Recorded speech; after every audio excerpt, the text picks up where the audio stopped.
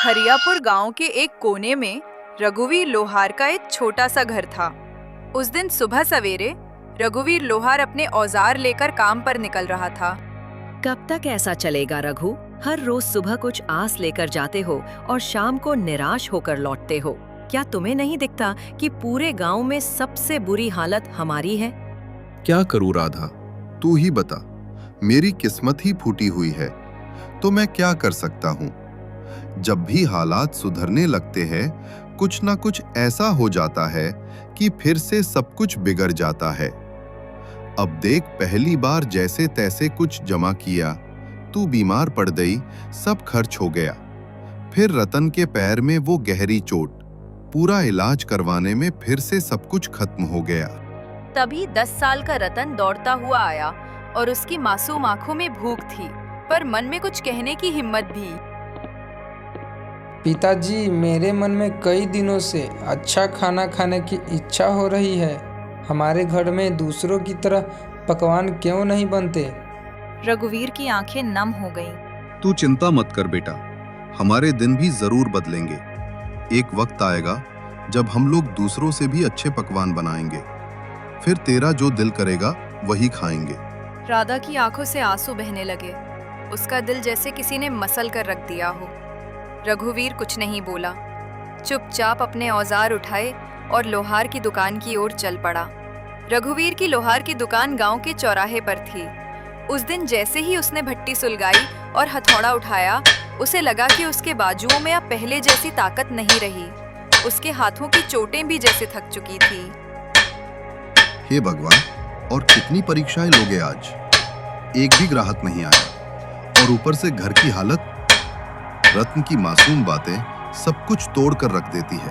तभी गांव का मुखिया दुकान पर आ पहुंचा। उसके चेहरे पर एक औपचारिक मुस्कान थी। हाँ रघुवीर, क्या हुआ? आज तुम्हारे हाथों में पहले जैसा जोर नहीं दिख रहा। क्या बात है? मन कुछ बोझिल लग रहा है, क्यों? हाँ मुखिया जी, अब आप तो सब जानते हैं, फिर भी पूछते हैं। मेरा परिवार बहुत बड़ी आर्थिक तंगी में है। मेहनत तो बहुत करता हूँ, लेकिन हाथों में किस्मत नहीं है। मुखिया चुप रहा, लेकिन तभी बगल से बाली आ गया। गांव का वो आदमी जिसे दूसरों के दुख में भी मजा आता था।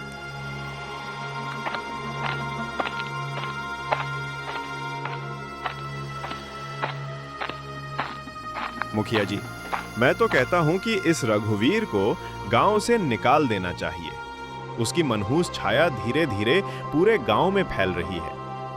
कहते हैं कुछ लोग ऐसे होते हैं जिन पर काल की छाया होती है और जो पूरे गांव को बर्बाद कर सकते हैं। दोनों रघुवीर की हालत पर हंसे और चले गए। रघुवीर वहीं बैठा रहा, आंखें आसमान की ओर उठाए।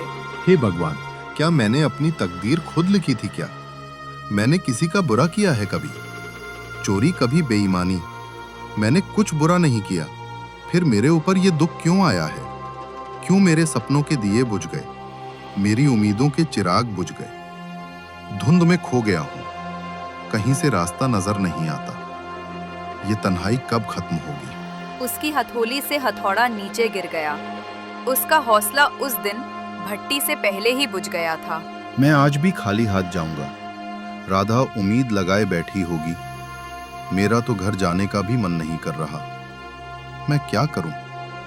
मेरा बेटा भूखा होगा। शाम को रघुवीर थका हारा अपने घर पहुंचा। उसका चेहरा उदास था। जैसे ही उसने घर में कदम रखा, राधा ने उसे देख लिया। अरे क्या हुआ रघु? आज तुम्हारा चेहरा इतना उदास क्यों है? अरे कुछ तो कहो।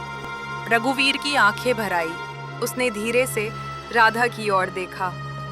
अब तो सारे गांव वाले भी मेरी बुरी किस्मत का मजाक उड़ाने लगे हैं राधा। और क्या कहूं, आज तो दुकान पर एक भी ग्राहक नहीं आया। हाँ, और ऊपर से मुखिया और बाली, वो दोनों मेरी किस्मत पर हंसते हुए चले गए।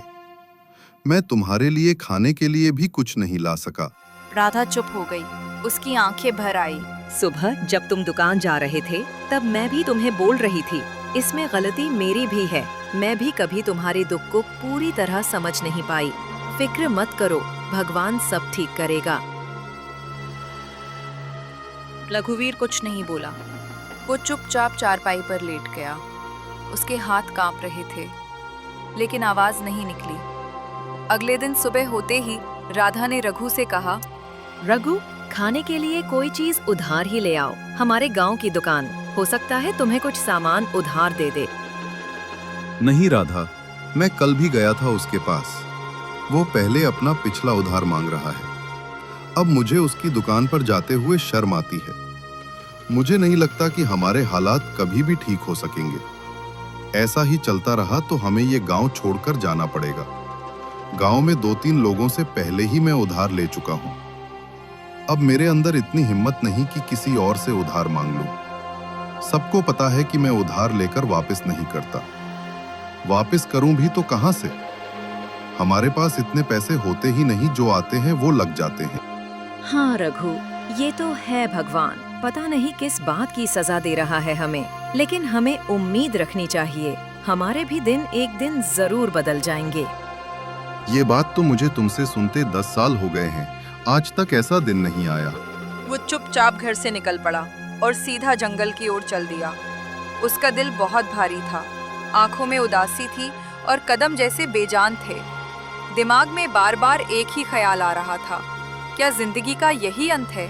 क्या मैं अपनी तकलीफों से हमेशा के लिए मुक्त हो जाऊं?